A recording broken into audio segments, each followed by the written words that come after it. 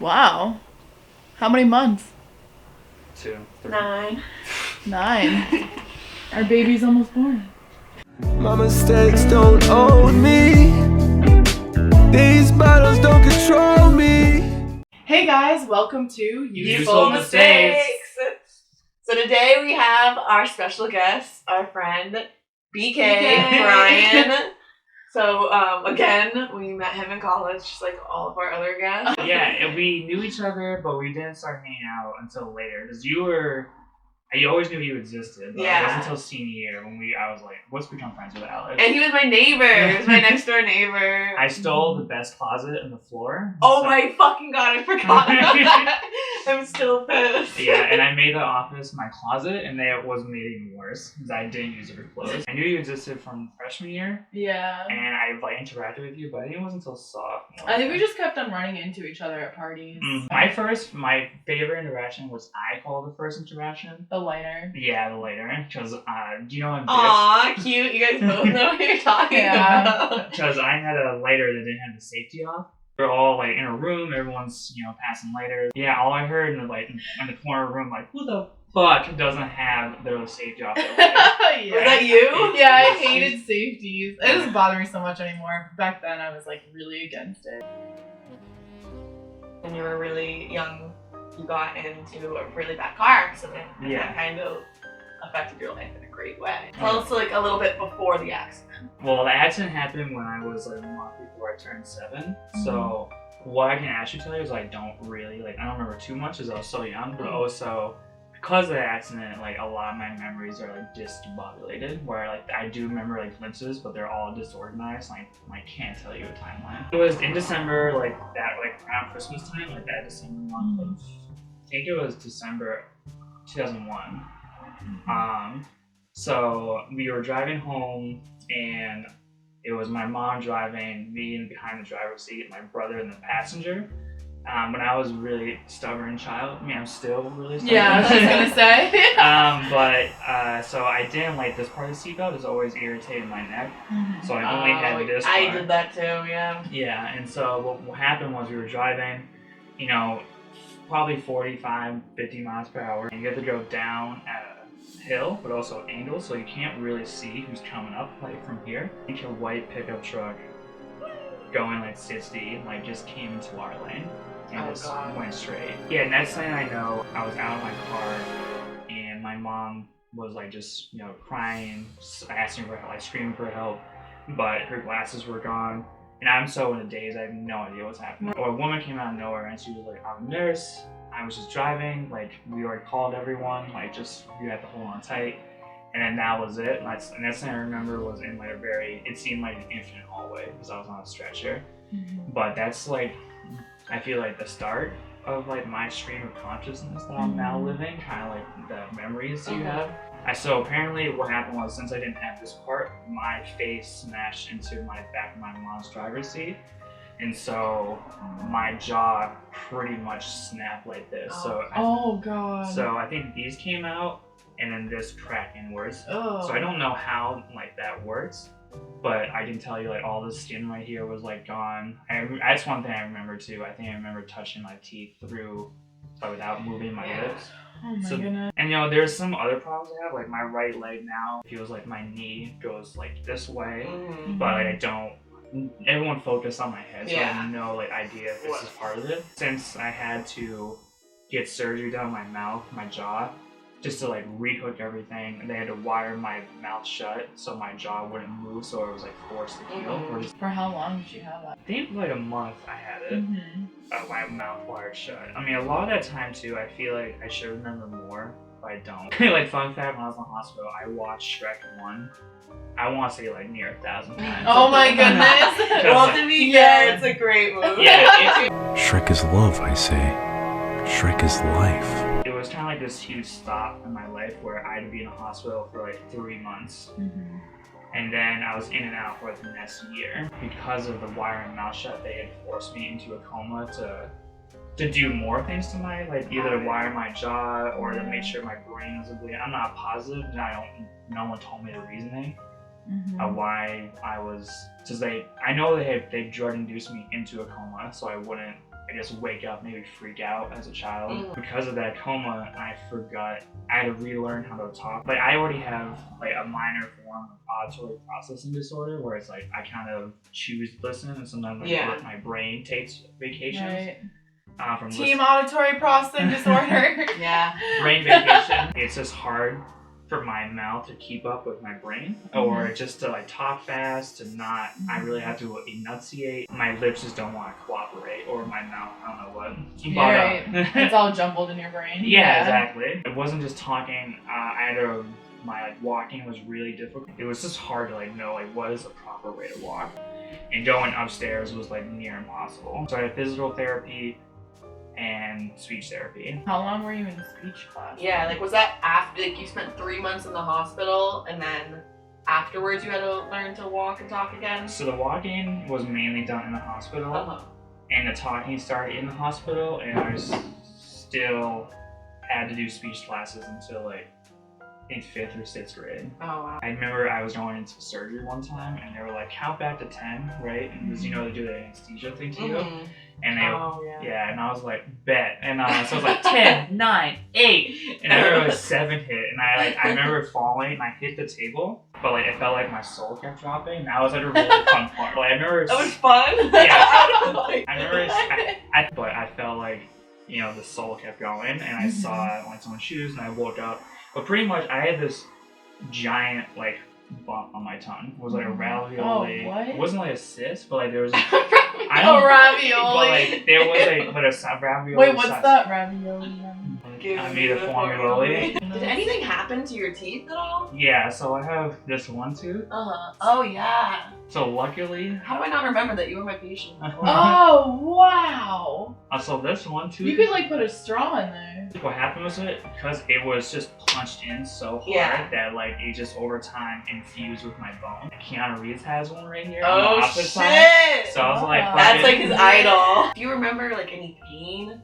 No, I was just like, I think a lot of confusion. So I didn't remember feeling pain in my jaw. So my coma, right, my body was like, no, like, what, I want out. And no, they would induce me in harder drugs. Oh my god. So I think that's why I lost like a lot. So after like 5 days, I think I finally broke out of it. But I had like a dream that just felt like kind of a different dimension, where it was more of a choice, where it's like you can kind of stay here in this infinitely grand white hospital with all these toys. And the only thing you couldn't do was take this like finger monitor off, or if you do, then like everything goes to shit. And I was like, and so after, you know, playing around like this weird hospital, I took it off and stubborn child. And in my dream, I was like, this is awesome. See, nothing's happening. People lying. And then the people who I originally saw in the dream came into my room, and they were freaking out. And they were like, what the hell? Oh, because it probably started beeping and all that, right? No, nothing that, but the building started to shake.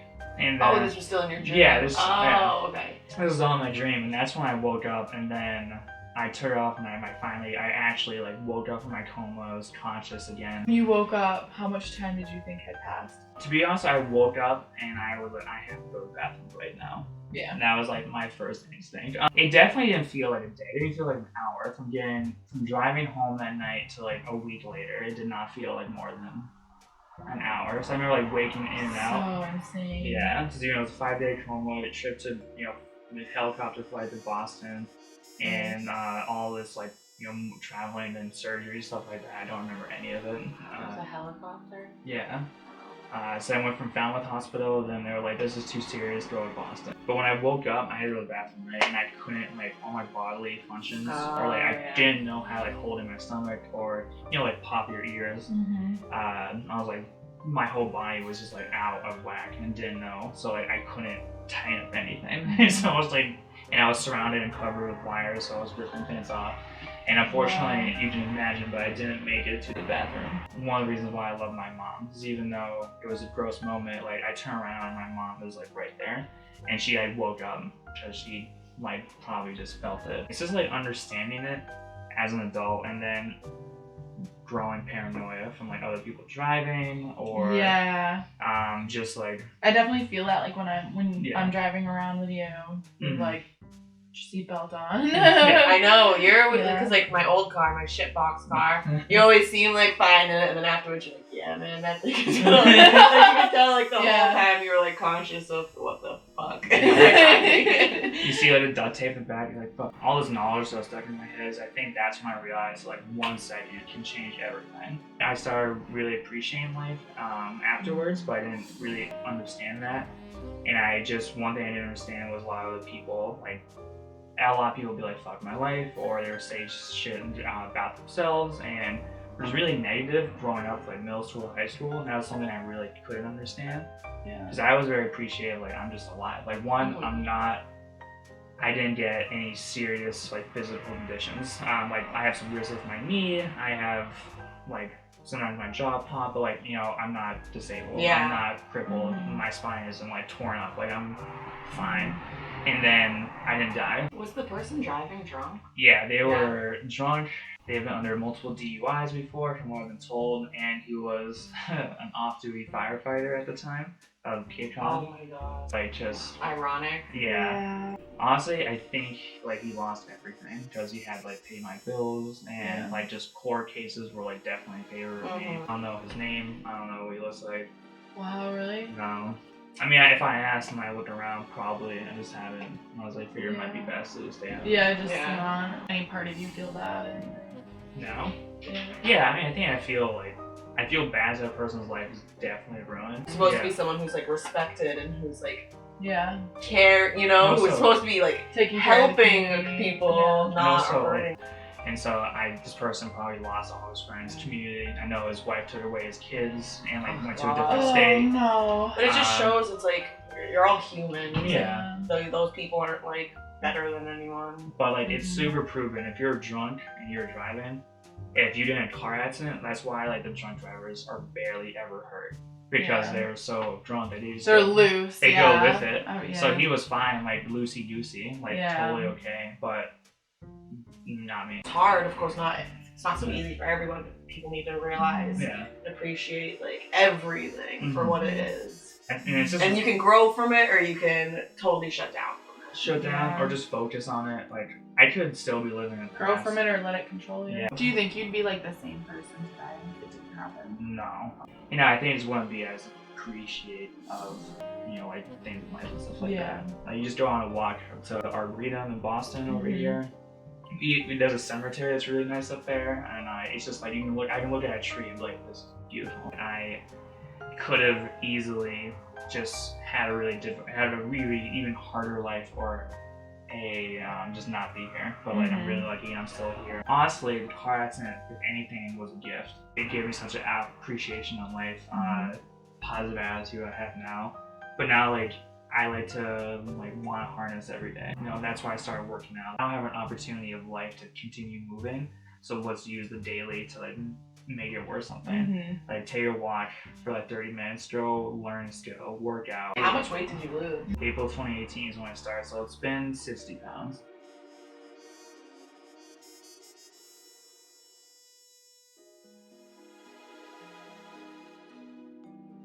Wow. Yeah. I was just- wondering. Yeah. Every time I see you, it like goes up more up, up and up. Well, and when it hit 230, it would definitely like slow it down. So like the body fat is just very minimal now. Yeah, it gets harder to lose weight. And this fat is more like, your body's like, no, like, hey, you need some like stores to keep your body moving. I'm like, get down. I know you really do so much. Every so time much. I talk to you, you're like doing something new, or you're always learning stuff, and like it really well, like every weekend busy. like you're always like, I'm gonna start doing this, or I did this, I did that, and it's just like, fuck, like you're taking advantage of your time. Rather me, it's like, work, watch TV. But like, it's a. Well, now it's getting better, but generally I'm just like a lazy ass.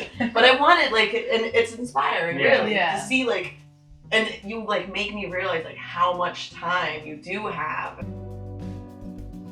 I didn't know I was gonna work out, so I'm wearing a sweater and jeans. Okay, so like every time you do work out, you have to stretch. And then it's kind of like starting up a car, starting up a computer, and then just like turning on an application. It's just like you need some time to like warm up. A lot of people think working out is a job. If you just work out every day, but just do what you want, as long as you just move every day, like 30 minutes, you'll be fine. Yeah. It's just like so many people focus on the weight. and it's such a negative way to work out. Yeah. If you just focus on the weight, you don't really realize how much your heart's feeling better, you can walk faster. That's the number one reason I want to work out. Not even because, I mean, of course that's a benefit, but Mhm. like the main is just so I can feel better. I want to be able to like, That's pretty impressive. but Yeah. like all the way straight up like those fucking cheerleaders do. Yeah. Okay. So, what we're gonna do? So yeah, we're always time we got that stretch. Get ready, do a couple squats, and then I like to hold mine, and then just kind of slowly fall over, do the downward dog, do the cobra. Don't mind our lack of space. At home workouts, right? Yeah, right? Every room is a gym if you just do it.